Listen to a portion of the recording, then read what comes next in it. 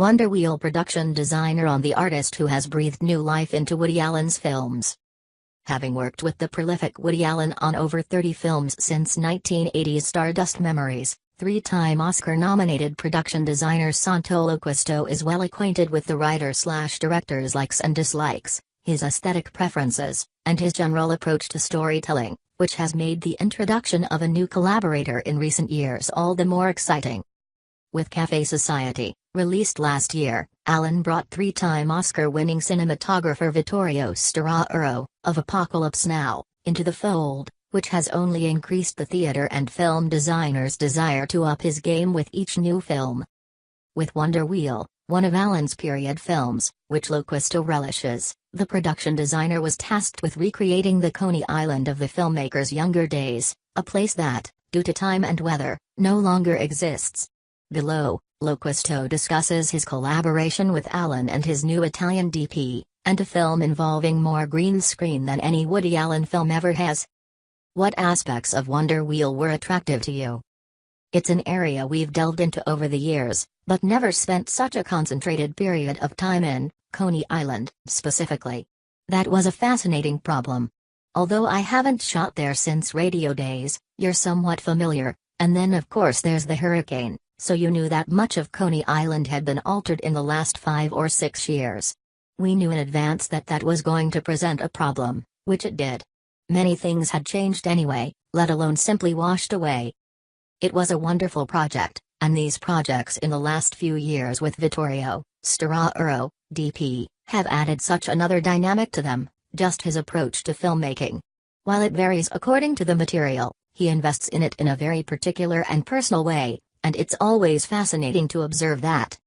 Broadly speaking, what has Storaro brought to the experience? I think in the past, Woody has had a recognizable style and palette, an area that he is comfortable in.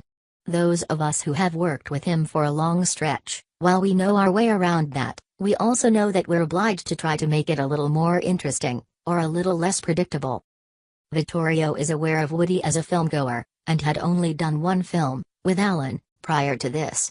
Although it was a beautiful project, he had his ideas, separate from the predictable route that Woody might take. Woody was excited about it, and it wasn't so much that we had to have his approval, but we certainly wanted him to be in agreement with all of us when we would be looking at things, and predicting how to approach it. There was a great deal of trust that had to be made on the part of everybody, because we've never done anything that had so much green screen, where the backgrounds out the windows were all added in post. But I think it was Vittorio that's made it as exciting as it has since become. It's sort of an added bonus that suddenly you have the parachute jump 100 yards away and functioning. We've seen all this over the years, but we don't do that, we do what I call domestic dramas. So, Humpty's apartment, looking out on the carnival area, was built on a soundstage? Yes. Whenever you have those panoramic views of the beach and the boardwalk, very little of it existed. Some of it does, like the Wonder Wheel and the roller coaster, and the relic of the parachute jump, but the big bathhouse and all of that was long gone. All those opening shots are manufactured. That opening shot of the beach, packed with people, is really something to behold. Yeah, they do this process where we shoot maybe 500 people, and they replicate those people over and over again, but you don't perceive it. I've looked carefully to see if I could find the pattern, but I couldn't. I know I didn't buy that many umbrellas, though. How does Mr. Allen communicate his intent in the early stages of this project? After we started going to Coney Island, and we had the section we settled on to use, he said, it should really be as though they live in the midst of all this, so that it's completely inescapable for the Kate Winslet character. The shooting gallery is constantly going on, and the sound of the amusement park is just unrelenting.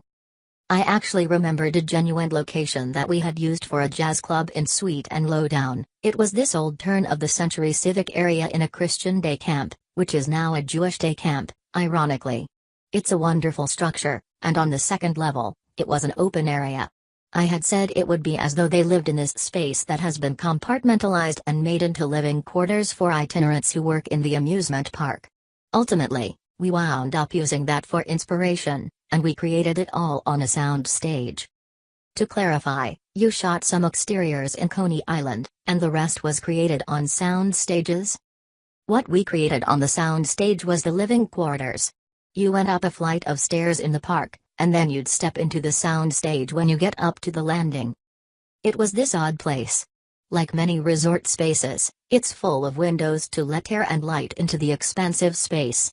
I broke it up into their living areas in a very skewed manner so that you would catch glimpses of more rooms than you might normally. It wasn't a grid setup at all. Vittorio loved all that and composed with it, with the sheer curtain that's hung between the rooms. It's all so diffused and layered. Then there's his color, which is inspired by the colors of the rides and the lights on them, but really taken much further. Can you elaborate on the approach to color? That's all his doing. He and I often scouted together, or with locations people, to Coney Island, and he took his pictures and put them together. In a way, it's like storyboarding, but for him, it's an even greater depth, in terms of his notation. It not only gave him the composition of a setup, but he would capture moments. We would go there at dusk into nightfall, and he would take photos to see the intensity of light on people and on architecture. He also referenced paintings, because he always does. Whether it's American artists like Edward Hopper, of course, or Reginald Marsh, or Renaissance paintings that he loves. It's fascinating to hear him cross-reference how he feels the lighting texture of a film will be developed. Is red used to connote danger specifically? I think it's not so much threatening as emotional. It's not sexual heat, it's really just clearly unnatural and rather dramatic. It's a very bold stroke on his part. But it's so beautiful. This project seems very challenging, given the amount of exterior shots on a film that is about historical recreation. Were a lot of facades and signage designed for the film? We did some of that. Of course now, things are taken out digitally, so that's a blessing. Some of our wider shots, even when there was a side of a building with a contemporary real estate sign on it, we could take it out and you still had the elevated train, and a park beyond, and our period cars and an old bakery. We added in the facade of a funeral parlor, and a real estate office, very shallow facades, and some signs that you've set to camera, and really obliterate things in the distance. There's an amazing sleight of hand in that it's so low-tech, right? I carry a bunch of things with me so I can place them to camera in order to hide things. Mostly, it works. There were some theatrical cutouts that I put together where, because of a scramble in the mid-range, you could not tell the lack of depth. They annihilate elements, especially in Queens where we shot the elevated train and the Italian restaurant. We got a lot of bang for our buck out of some of locations. Then, you do often do a big foreground facade, really spend your money there, and then you'd know that when they pull the car around the corner, you have that to be the featured element. Vittorio, and I agree with him, really likes as much depth as possible, so he tries to shoot way into the distance. Did you play a major role in conjuring up the carnival atmosphere at the film center? It's a matter of trying to keep the really plastic elements at bay, but the section we used had a lot of period elements. Once we changed prices and put up some signage, you would have quite a bit of seemingly accurate elements, and we did an awful lot with fabric over things. The shooting gallery and all those facades, we built. All that was like a parking area within our section, we made that our stage, and it didn't interfere with them while we were setting it up. They were marvelous. You didn't see as much as you could have where you enter into the Wonder Wheel.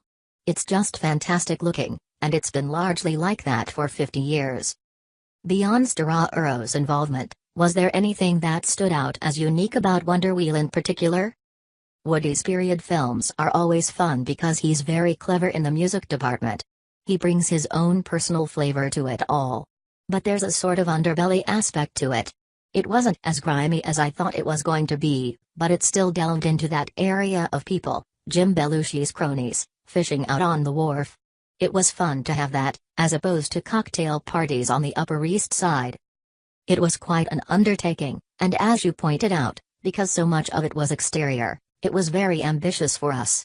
Because we didn't even have enough cars, often, to really allow it to be lush, in terms of movement in the background. Cars would be running around the block and coming back, which is not usual, but keeps us hopping. Can you elaborate on your collaborative relationship with Mr. Allen, and what it's meant to have that relationship for all these years? What's amazing to me is that even with the familiarity often of the storyline, there's such a commitment and passion to the work that you always feel he wants it to have its own kind of interest. He doesn't want it to be just routine, and because he doesn't give in to that, we all have to try to match it. It's fantastic, and quite honestly, to have been a part of someone like his imagination all these years. And they're not all hits, in terms of my effort. There were moments on Wonder Wheel where he felt I had gone too far, and we had to scramble to pull back a bit. He wasn't necessarily right, but nonetheless. But that has been an extraordinary gift that I never dreamt of when the phone rang many years ago, so I stand outside it occasionally and just am amazed, only because it's been 31 movies I've done with him. What amazes me especially are his comedies, where he maintains the abandon of a young filmmaker. Even if it's maybe too silly or too arbitrary, he is not pressured by being logical, he relies on his own instincts of humor and storytelling. He kind of pats me on the head, that I keep him honest in many ways, but the fact that he keeps it percolating for me in an exciting way is amazing.